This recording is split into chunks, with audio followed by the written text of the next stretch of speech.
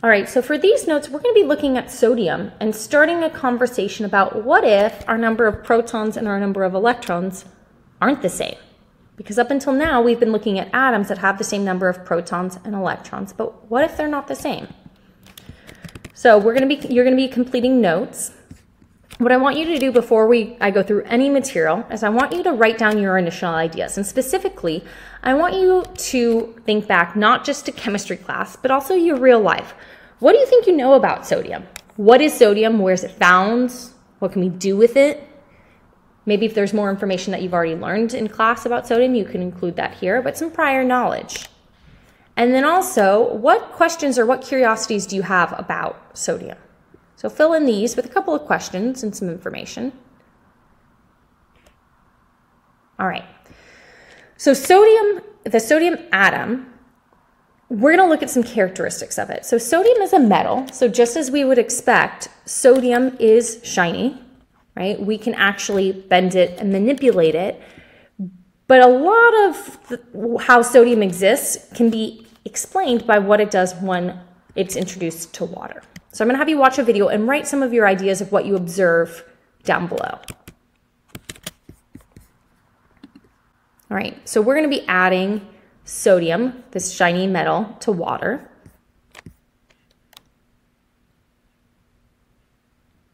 You can notice it lights on fire, reacts vigorously, explodes.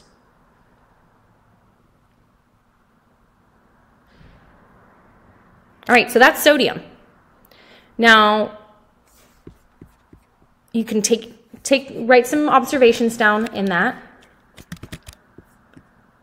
Okay. But then ask yourself, why doesn't this occur with Gatorade? We know that Gatorade has sodium in it. What's different?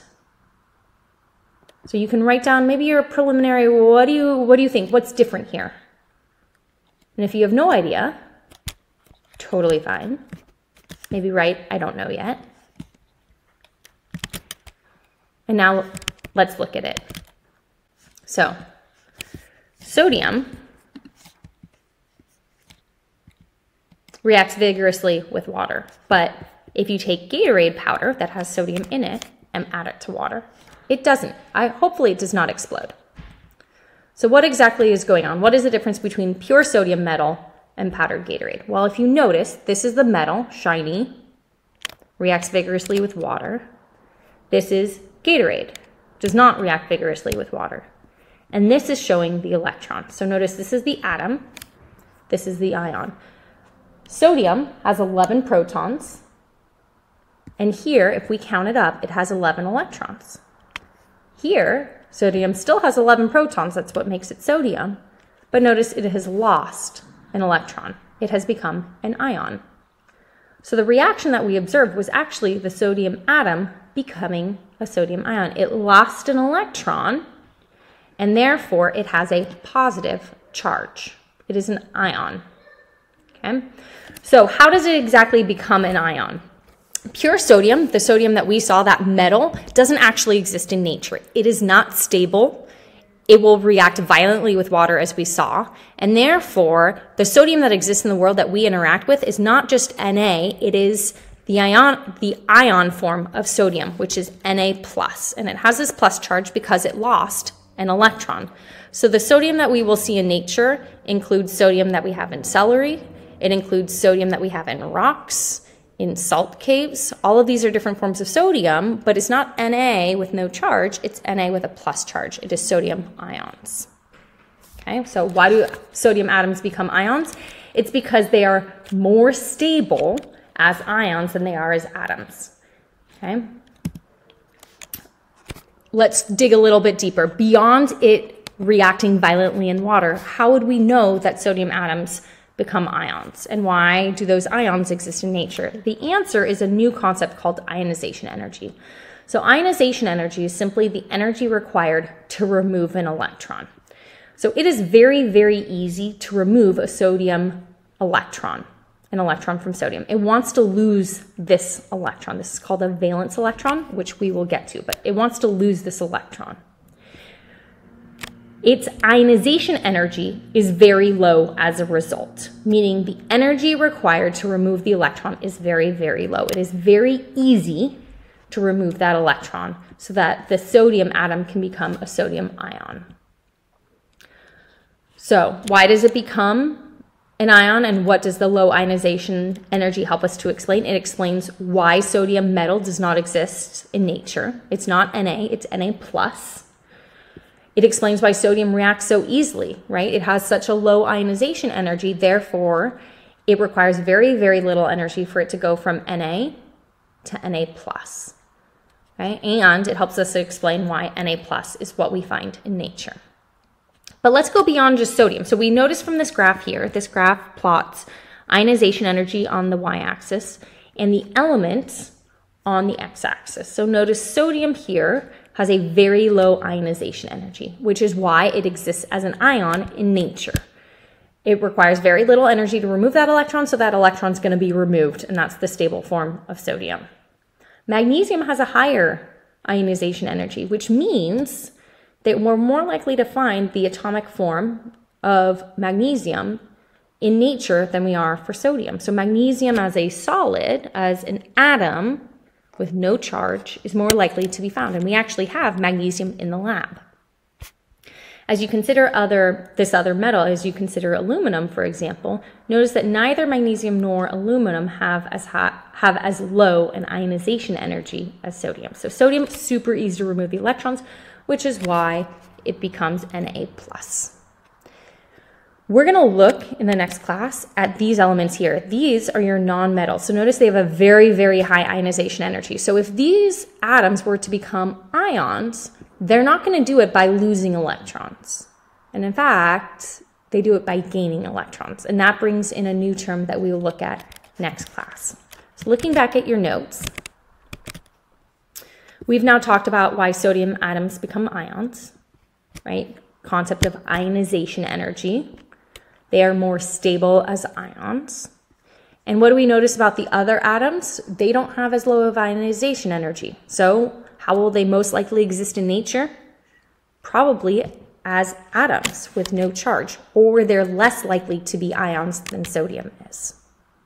So we've looked now and said, okay, sodium normally as an atom will have 11 protons, and to be an atom, it will then have 11 electrons. And that's what we practiced in the last lesson. Well, now we've introduced the concept that ions can form. So sodium, which normally has 11 electrons, if it gives away an electron and ends up with 10 electrons, well, since it still has 11 protons, it will have a positive charge. So this, traditionally, students have been tripped up by this concept that losing makes you positive. But electrons, remember, are negatively charged. So if you lose a negative, you become positive. So we're going to look at these practice problems. This is exactly like what we did in the previous section, but now we've introduced the concept that ions can form. So you don't necessarily have the same number of protons and electrons. So let's look, for example, at rubidium.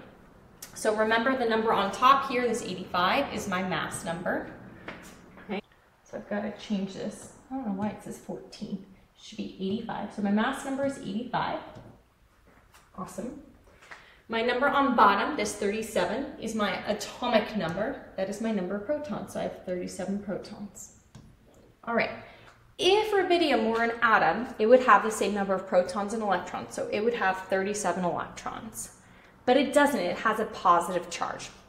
What that tells me is that it gave away one electron so that it could have a positive charge. So by giving away one electron, it now has 36 electrons. You can look at this and say, do I have more protons or more electrons? I have more protons. How many more protons? I've got one additional one. So that's a 1+ charge because protons have a positive charge. Or you can always just start with 37 electrons and say, I'm going to give one away. That then makes 36. To determine the number of neutrons, remember, it's going to be your mass number minus your number of protons, because mass number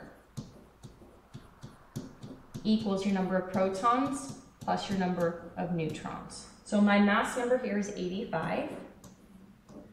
I have 37 protons. So how many neutrons would I need to get me to 85? Well, to do that math, you're just going to subtract 37 from both sides. And you end up with 48 neutrons. That is your number of neutrons. Okay, so all of this is the exact same as what we did in the last section, except now we're saying, hey, our number of protons and electrons are not the same. All right, so for this problem here, I know that I have 38 protons, so that is my atomic number. That's going to go on the bottom. And I know I have 50 neutrons. So remember, mass number is protons plus my neutrons, so protons plus neutrons. So 38 plus 50 is 88. So that is the number that's going to go on top. That's my mass number. And to figure out what element I have, I'm going to look at the periodic table. What has an atomic number of 38? And it is strontium, Sr. All right, in the previous section, I was done at that point because my protons and electrons were the same, but they're not the same now. If you notice, I have 38 protons and I have only 36 electrons. How did I get there? How did I go from 38 to 36? Well, I lost 2 electrons. 2 electrons were lost to go from 38 to 36, which means if you lose 2 electrons, you would have a 2+ charge. The other way I explain it, what do I have more of? I have more protons. How many more protons do I have? I have 2 more. So that gives me a 2+ charge. All right, let's look at one last example. I have 35 protons, so my atomic number is 35. I actually give you your mass number, it's 80. So let's quickly figure out what the number of neutrons would be. My mass number is 80. Right, so I'm going to take 80 and I'm going to subtract from that my number of protons, 35. That'll give me the number of neutrons, which is 45. So that is my answer that I put here. Okay, to finish this symbol, I need to know what element I have. So I look at the periodic table. What has an atomic number of 35? That is bromine, Br. And then the last step, I don't have the same number of protons and electrons, so I clearly don't have an atom, I have an ion. I went from 35 to 36 electrons, so I gained 1 electron. That's what I gained. So if you gain an electron, which has a negative charge, I have a 1- charge, so you can write it as 1- or just minus is fine as well, because that implies it's just a 1. The other way, if you want to look at it, what do I have more of? Protons or electrons? I've got more electrons. How many more electrons? 1 extra electron. So that's why it's a 1- charge. So this entire section looking at sodium, the only thing that we've added is the fact that ions form. They'll form because they're more stable than the atomic or the atom version of that element. Atoms have the same number of protons and electrons, which is why they have no charge, while ions do have a charge. Right? And so if they're gaining electrons, like we have here, going from 35 to 36, you have a negative charge. If they're losing electrons, like going from 38 to 36, then you have a positive charge.